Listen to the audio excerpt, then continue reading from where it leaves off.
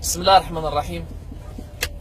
الحمد لله رب العالمين، والصلاة والسلام على أشرف الأنبياء والمرسلين وعلى آله وصحبه الطيبين المباركين ومن تبعهم بإحسان إلى يوم الدين. فوجئت صبيحة هذا اليوم بخبر نشرته إحدى الجرائد الإلكترونية مفاده أن شابا مغربيا ريفيا من الحسيمة معقل المقاومة، بلد الريف، تلك البلاد التي أنجبت عبد الكريم الخطابي رحمة الله عليه، رجل يعيش ويعمل بعرق جبينه، اشترى سلعة من الميناء، كمية كبيرة من الأسماك يبيعها، فتمت مصادرة تلك الأسماك بطريقة همجية وتم رميها شاحنة أزبال.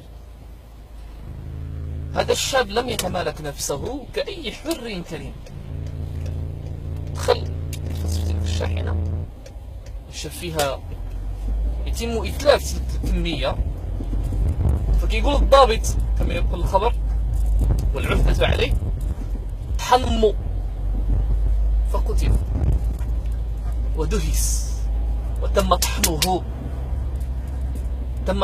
كما تطحن وتدهس الحشرات.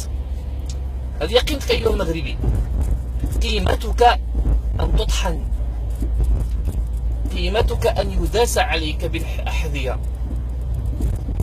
قيمتك أن تباد كأي حشرة لا قيمة لها ولا كرامة لها. فالوقت اللي للأسف يتم التطبيل والاهتمام بقضايا بعض التافهين والتافهات اللي جلبوا العار البلد والوطن بقضايا تافهة، عيب وعار أصلا يتكلموا فيها الناس، مخدرات واغتصابات ومجون وسخافة وتفاهة.